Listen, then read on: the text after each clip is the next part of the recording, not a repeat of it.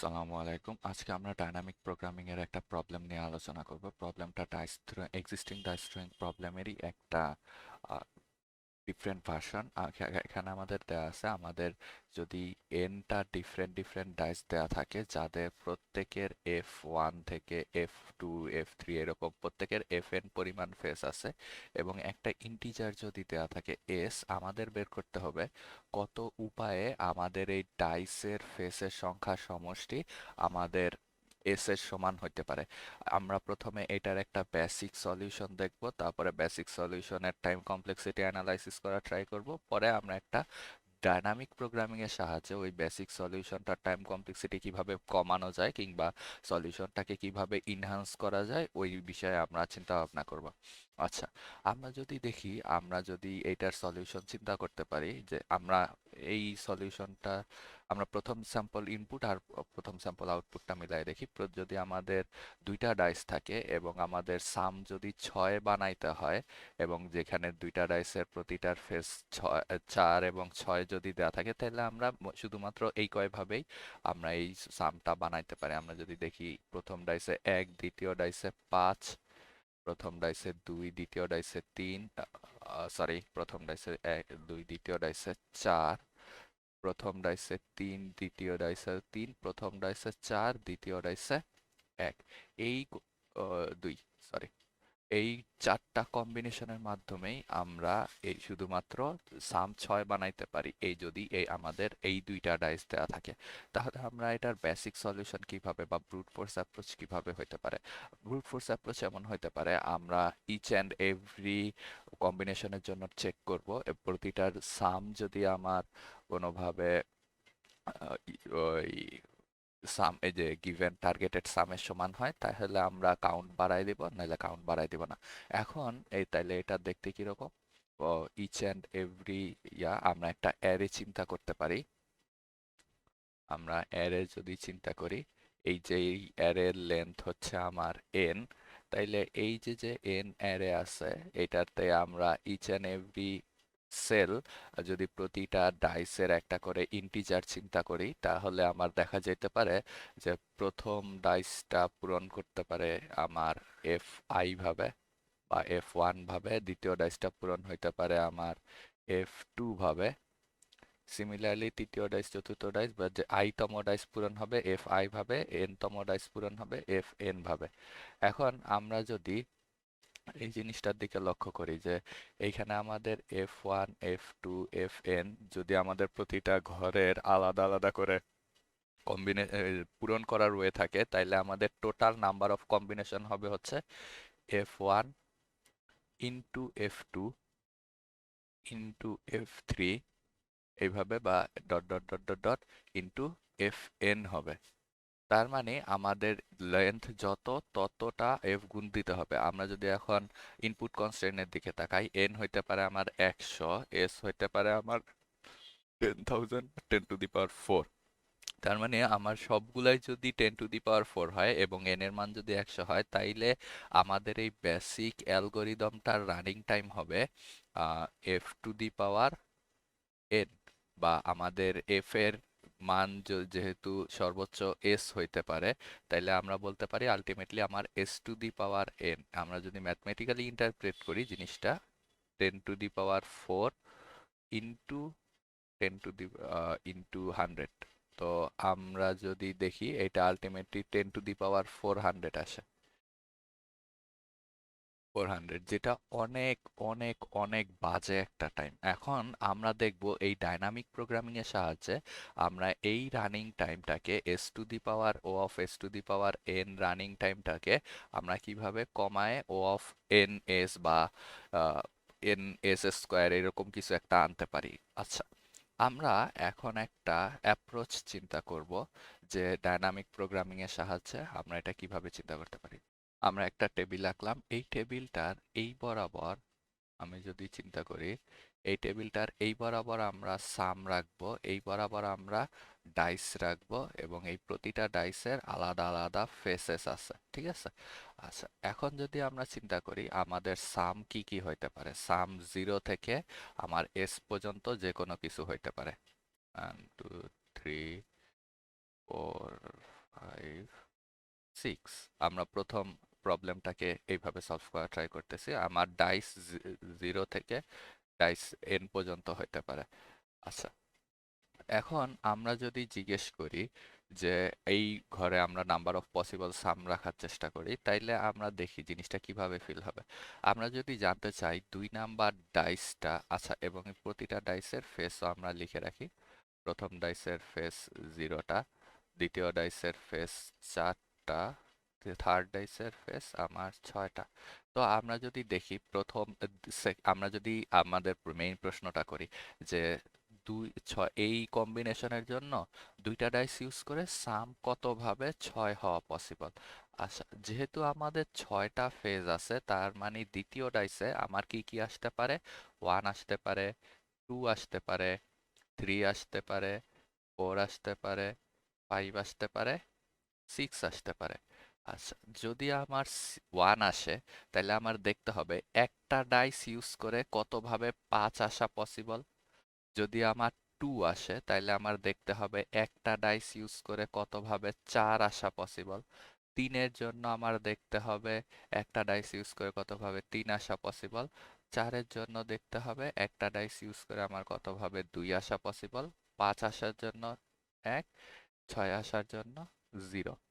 আচ্ছা, তার মানে আমি বলতে পারি এই যে এই ঘরে যতটা পসিবল ওয়ে হবে, তা হবে এই ছয়টা ঘরের যোগফল।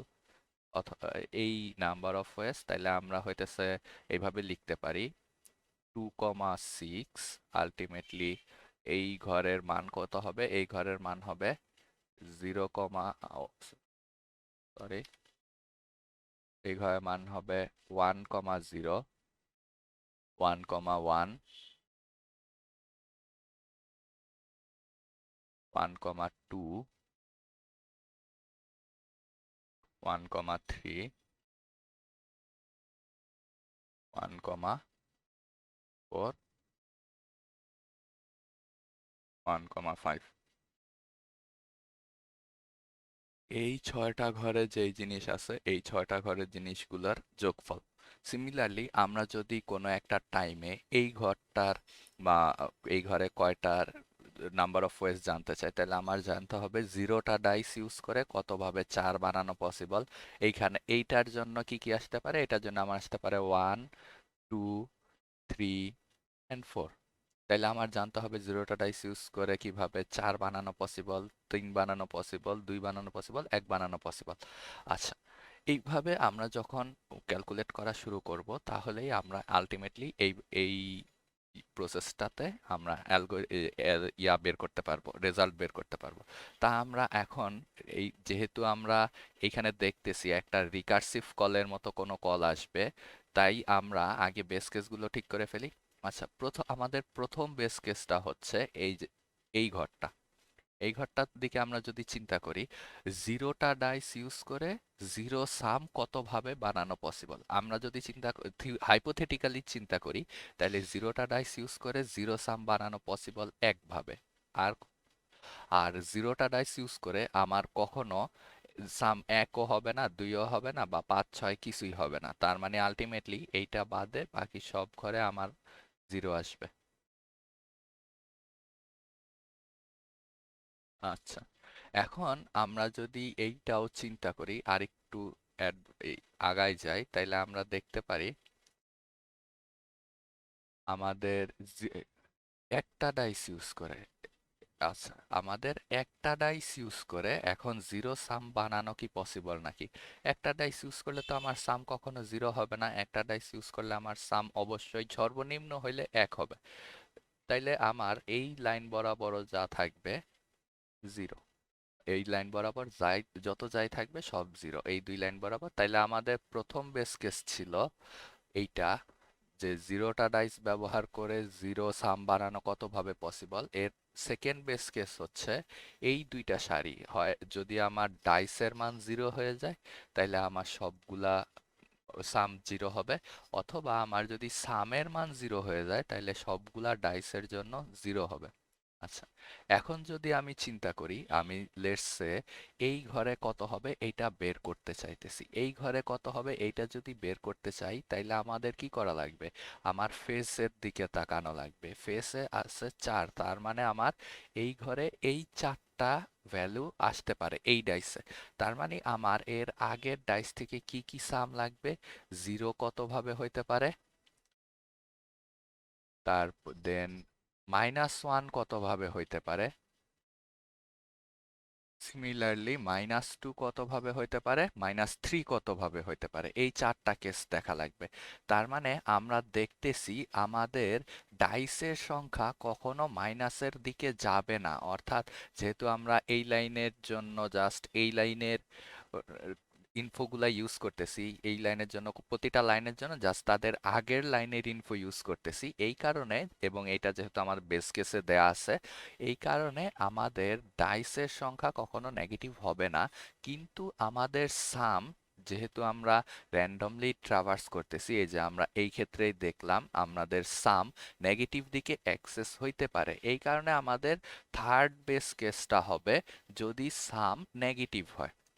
এরপরে এই 3টা বেস কেস হ্যান্ডেল করার পরে আমরা দেখব যে যেহেতু এটা ডাইনামিক প্রোগ্রামিং, অলরেডি আমাদের এই ভ্যালুটা ক্যালকুলেট করা হয়েছে নাকি। যদি আমি সিম্পলি দেখাতে চাই, জিনিসটা হচ্ছে আমরা যখন লেটস সে এই ঘরের সাম ক্যালকুলেট করতে যাব, তাইলে আমাদের লাগবে হচ্ছে এইটা, এইটা, এইটা, এইটা, এইটা এবং এইটা। সিমিলারলি আমরা যদি এই ঘরেরটা ক্যালকুলেট করতে চাই, তখনও আমরা দেখব আমাদের কিন্তু এই সামগুলা অলরেডি লাগতেছে। তার মানে আমরা যদি এই সামগুলা ট্র্যাক রাখি টেবিলের সাহায্যে, তাইলে আমার এইটা যখন বের করব, তখন আর এই যে যে এই ক্যালকুলেশন যেগুলা মার্ক করা আছে এইগুলা ডাবল ক্যালকুলেশন করা লাগবে না। তাই আমাদের দেখতে হবে, তাইলে আমরা নেক্সট স্টেপে দেখব যে আমাদের অলরেডি এই ভ্যালুগুলা ক্যালকুলেট করা আছে নাকি। যদি ক্যালকুলেট করা থাকে তাহলে তো ভালো, যদি ক্যালকুলেট না করা থাকে তখন আমরা ক্যালকুলেট করতে যাব। আচ্ছা, এখন যদি আমরা এই প্রবলেমটার সিউডো কোডের দিকে একটু তাকাই, তাহলে সিউডো কোডটা দেখতে কিরকম হইতে পারে। আমরা একটা ফাংশন নেব, যেই ফাংশনটা হইতেছে নাম্বার অফ ওয়েস দেয়া আছে। এই ফাংশনটার সাহায্যে আমরা বের করতে পারবো এই ফাংশন, এই আমাদের কতটা পসিবল কেসে আমরা সাম বের করতে পারি। আচ্ছা, এই প্রবলেমটা কি কি প্যারামিটার নেবে? এই প্রবলেমটা অবশ্যই আমাদের এন প্যারামিটার আকারে নেবে। দেন ফেসেস, এই প্রতিটা ডাইসের ফেস কি কি আছে এইটা প্যারামিটার আকারে নেবে। আমাদের টার্গেটেড সামটা প্যারামিটার আকারে নেবে, এবং এই টেবিলটাকে সে প্যারামিটার আকারে নেবে। মনে রাখতে হবে আমাদের এই টেবিলটা এই ফাংশনের বাইরে ক্রিয়েট করতে হবে। আচ্ছা, এখন আমরা যদি বেস কেস লেখা শুরু করি, আমাদের প্রথম বেস কেস ছিল এই যে এইটা, যখন আমার সামের মান 0, ডাইসের মান 0। তাইলে আমরা প্রথম বেস কেস চেক করি যে আমার যদি সামের মান 0 হয় এবং ডাইসের নাম্বার 0 হয়, তাইলে এই সেলে আমরা 1 প্রিন্ট করব এবং 1 রিটার্ন করব। সেকেন্ড বেস কেস ছিল আমাদের এই লাইন বরাবর এবং এই লাইন বরাবর, অর্থাৎ আমার ডাইসের মান যদি 0 হয় অথবা সামের মান যদি 0 হয়, তাইলে আমাদের ডাইসের মান যদি 0 হয় অথবা সামের মান যদি 0 হয়, তাইলে আমাদের যেই ঘরেই থাকুক না কেন আমরা 0 ওইখানে লিখে দিব এবং রিটার্ন 0 করব। এর পরবর্তীতে আমরা দেখেছি যে আমাদের সামের মান নেগেটিভ অ্যাক্সিসেও যাইতে পারে, এই কারণে আমরা সামের মান এই বেস কেসটা দিছি, যদি সামের মান নেগেটিভ অ্যাক্সিসে যায় তাইলে আমরা 0 রিটার্ন করব। এখন আর কোনো সেভ করার দিকে যাব না, কারণ নেগেটিভ কোনো অ্যারের ইন্টিজার কখনো নেগেটিভ হইতে পারে না। এর পরবর্তীতে আমরা দেখব যদি আমার মেমোটা আগে থেকে অলরেডি ক্যালকুলেট করা থাকে, মানে হইতেছে আমাদের এই টেবিলটার n ইন্টু এস এর ভ্যালু যদি আমার অলরেডি নাল না হয় বা আগে থেকে অলরেডি ক্যালকুলেট করা থাকে, তাইলে আমরা যেটা ক্যালকুলেট করা আছে আমরা আর ক্যালকুলেট করতে যাব না, ওইটাই রিটার্ন করে দিব। যদি এই প্রতিটা বেস কেসে না পড়ে, অর্থাৎ আমাদের এইটা আগেও ক্যালকুলেট করা হয় নাই এবং এটা কোনো বেস কেসও না, লেটস সে আমি এই যে এই ঘরের কথা বলতে পারি বা এই ঘরের কথা বলতে পারি, এটা আগে থেকে ক্যালকুলেট করা হয় না, তাইলে আমরা কি করতে পারি? আমরা হইতেছে একটা ইন্টিজার নেব, নাম্বার অফ ওয়েস, এবং আমরা দেখতে পারতেছি আমাদের এই নাম্বার অফ ওয়েস কি হইতে পারে, এই নাম্বার অফ ওয়েস হইতে পারে জিরো, তার ফেসের সমান, ওয়ান থেকে তার ফেসের সমান। তাইলে আমরা ওয়ান থেকে তার ফেস পর্যন্ত একটা অ্যারে লুপ চালাবো এবং প্রতিবার ওয়েসের সাথে এইটার এন মাইনাস ওয়ান এবং আচ্ছা এইখানে একটা ভুল হয়েছে, এখানে এস মাইনাস আই হবে। তাইলে আমরা প্রতিবার দুইটা ডাইসের সময় আমরা দেখব তার থেকে একটা কম ডাইস, একটা ডাইস ইউজ করে কি কি ইউজ করা যেত, বা আইতম ডাইসের ক্ষেত্রে আমরা দেখব আই মাইনাস ওয়ানটা ডাইস দিয়ে আমাদের কতভাবে এস মাইনাস আই বানানো যায়। ঠিক আছে, এই ওয়েটটা আমরা যোগ করতে থাকবো। আলটিমেটলি আমরা হচ্ছে যদি এটার ক্ষেত্রে চিন্তা করি, প্রথমে 1,0 দেখবো, প্রথমে আমরা 1,5 দেখবো, তারপর 1,4 দেখবো। আই এর মান আস্তে আস্তে বাড়তে থাকলে আমাদের এই এস এর মান আস্তে আস্তে, টার্গেটেড সামের মান আস্তে আস্তে কমতে থাকবে। দেন আমার 1,3 দেখবো, 1,2 দেখবো, 1,1 দেখবো, দেন 1,0 দেখবো। তারপরে এই সব কয়টা যোগ করতেছি, আমরা প্রতিবার অ্যারের ক্ষেত্রে যোগ করতেছি এবং পরবর্তীতে আমরা যখন এটা ক্যালকুলেট যোগ শেষ হয়ে যাবে এই ফর লুপের পরে, আমরা এই যে নতুন যে রেজাল্টটা পাইছি এইটা মেমোতে সংরক্ষণ করে পরবর্তীতে রিটার্ন করব। মেমোতে সংরক্ষণ করতেছি, পরবর্তীতে যদি আমার সেম ক্যালকুলেশনটা করা লাগে, লেটস সে আমার যদি আরো একটা ডাইস থাকতো, আমরা যদি 2 6-এর ক্যালকুলেশনটা আরো কোনো জায়গায় ইউজ করতাম, তখন হইতেছে আমাদের এই ছয়টা, এই নাম, এই যে এই ঘরটা যাতে আবার ক্যালকুলেট না করা লাগবে, এই কারণে আমরা মেমোতে সেভ করে এটা রিটার্ন করে দেব।